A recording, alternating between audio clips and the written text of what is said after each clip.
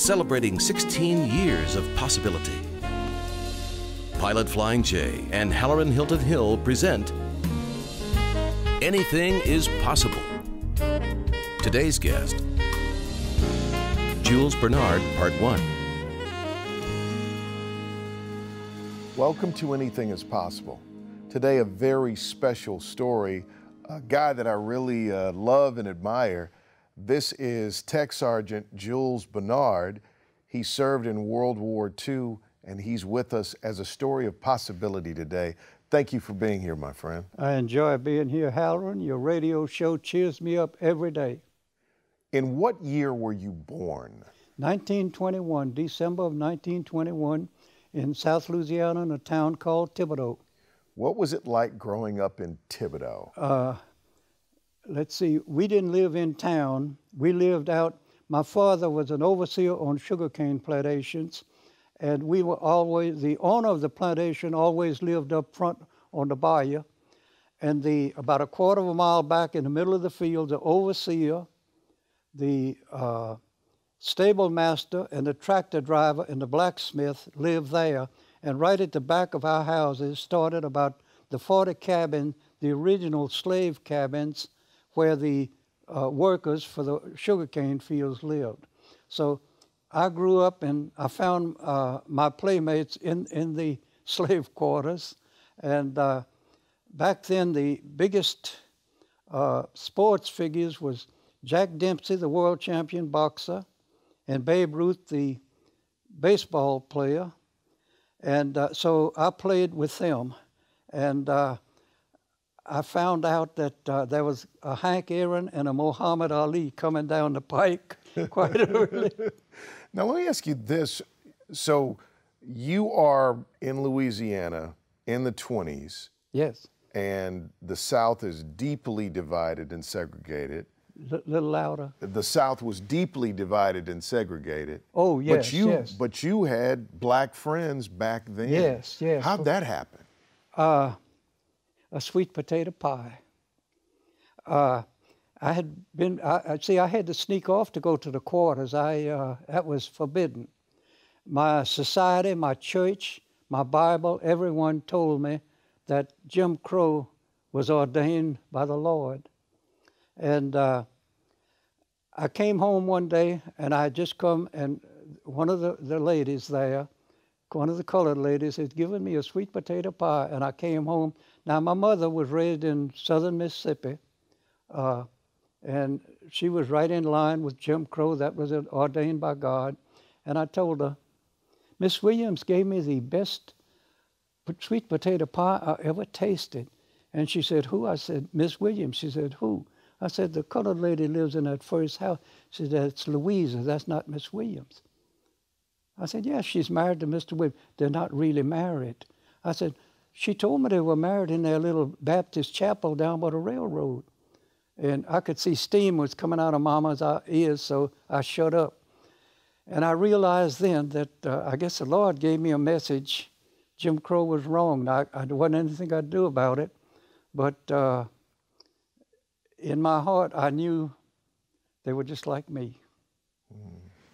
How did that change you? I was always out of step. Nobody else I knew talked about it. They just went down the line. Now, one thing, my grandfather was a young lad in the Civil War. And Grierson's Raiders, they were shown in this movie, Horse Soldiers, with John Wayne. They came down the Illinois Central Railroad, tearing up the railroad.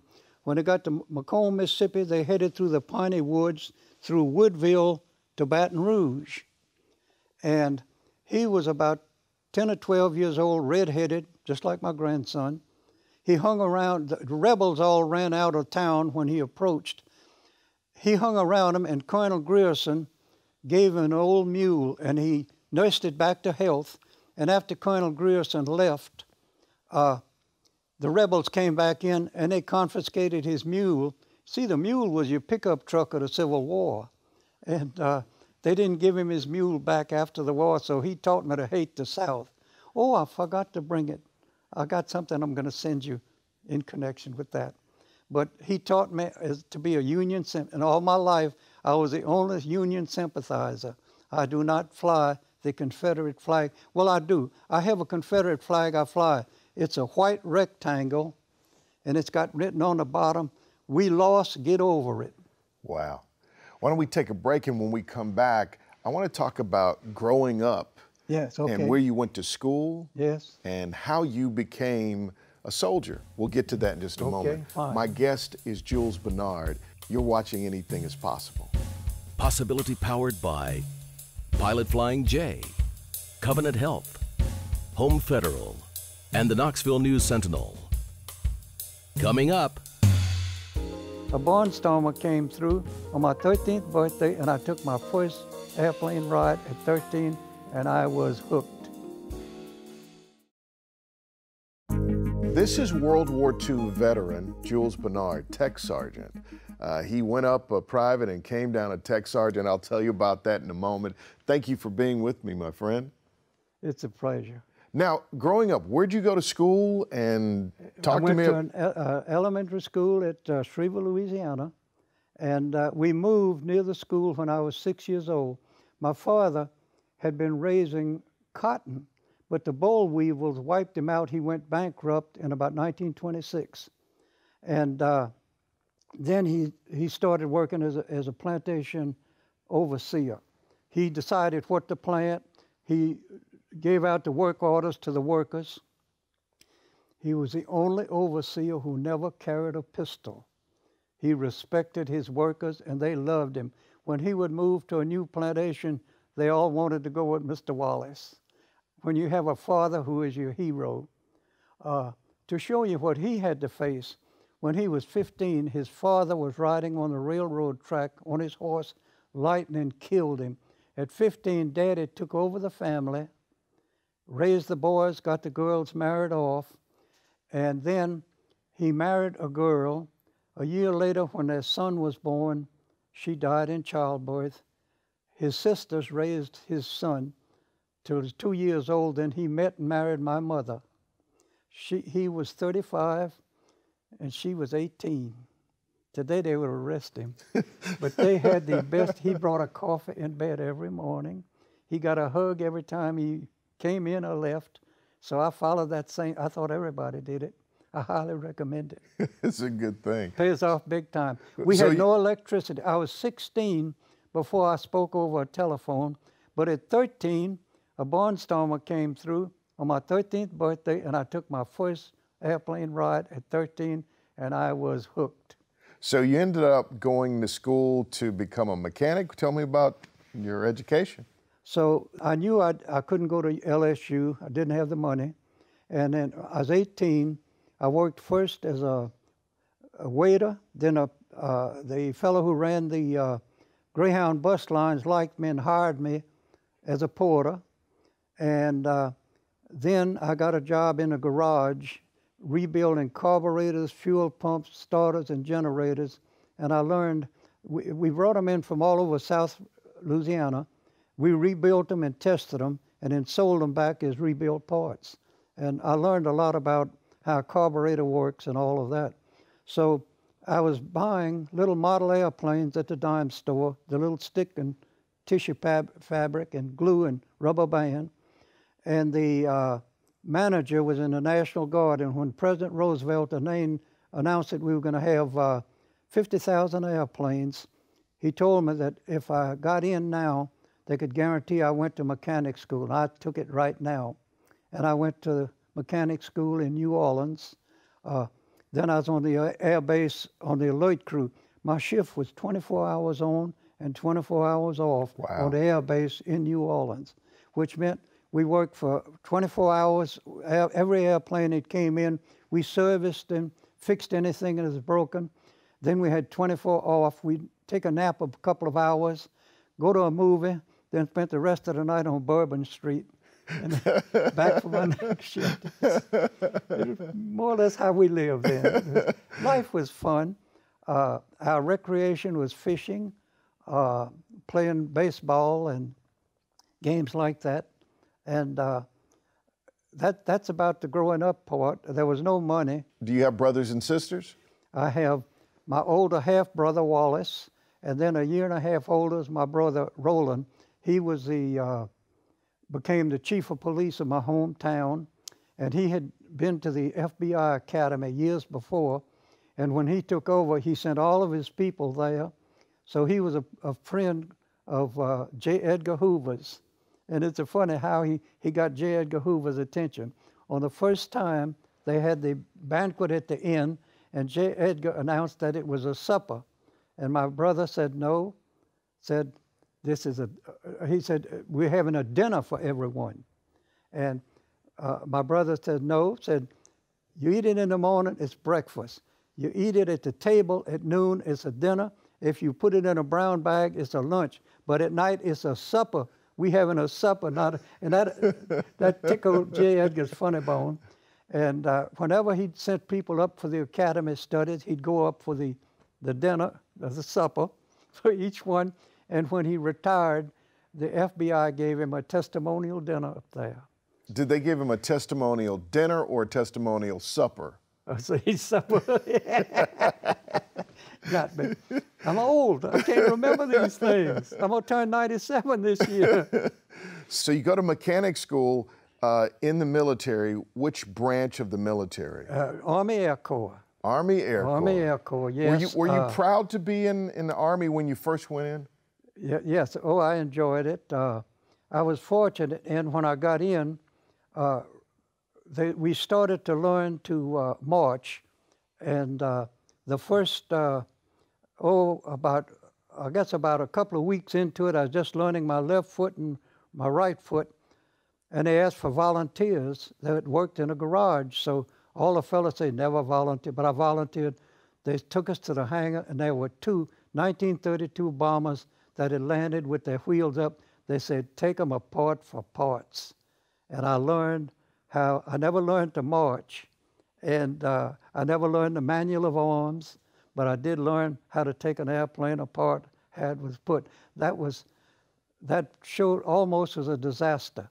When General Jimmy Doolittle took over the North African Air Force, I was picked for his honor guard, and there I was in the front rank, this far away from General Doolittle, just back from Tokyo, and I didn't know how to do the present arms. I never heard it. And if you saw the movies of it, I didn't, but if they did, there's one guy that's looking out the side of his eye about a half a second later, and after it was over, my first sergeant said, where in the devil did you ever learn the manual of arms? I said, I never learned it. So I was never picked for an honor guard again. But Jimmy Doolittle has always been my hang. But anyway, my three brothers. My older brother had a child. He worked for Greyhound bus lines all of his life. But Boley, he did 25 missions out of England while I was in the desert. And Bob served as a Marine on Guam. And Red, the youngest one, served on a destroyer out of California. So all of you served in World War II? Yes, all of my sons of my mother. My half-brother, as I say, he was exempt. Wow. But it made a man out of me. It taught me discipline.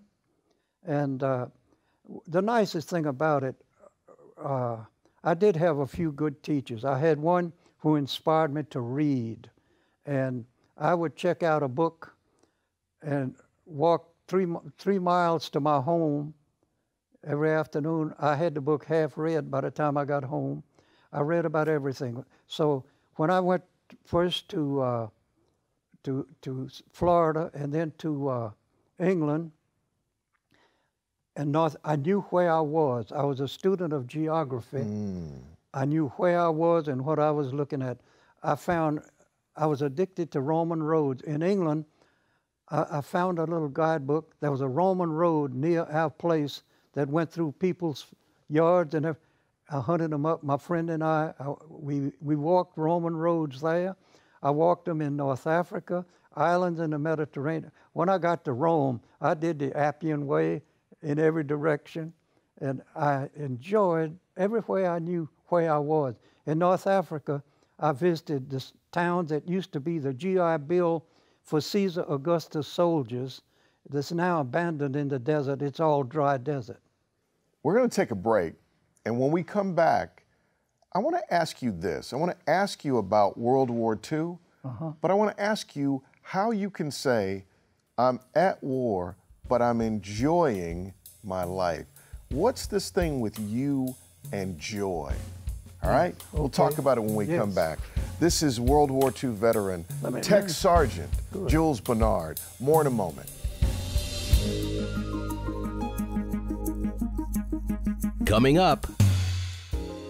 I saw dead bodies and saw burnt things, and as I say, that I can get just Josh, and I keep the happy days. One of the things that I love about you and I admire about you is you live with so much joy. What's that about? Well, I've always been happy all my life. My brothers always played sports, but I had a pocket knife and I whittled things. I made model airplanes, little boats, all kinds of things. I made things, and I liked to fool with things and fix them. Yeah, I like to fool with things and fix them. So I was always happy. And then when I got into the Air Force, I really loved airplanes. It was a pure joy.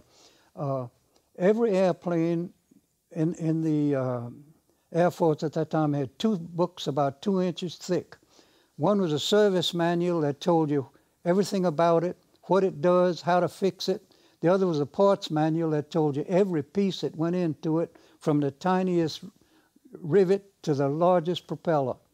And on those 24-hour shifts, I read those when there was nothing to do. So I knew everything about an airplane when I was coming on. And in the service, you meet such good friends. I had good buddies all the time, and that was a joy. Now, as far as the war itself, I have, as I told you about those Christmases, the things I laughed about, we had many things like that. Now, I saw mankind at its worst, and I saw him at its best. And I've managed to forget or just push back the horrors that I saw.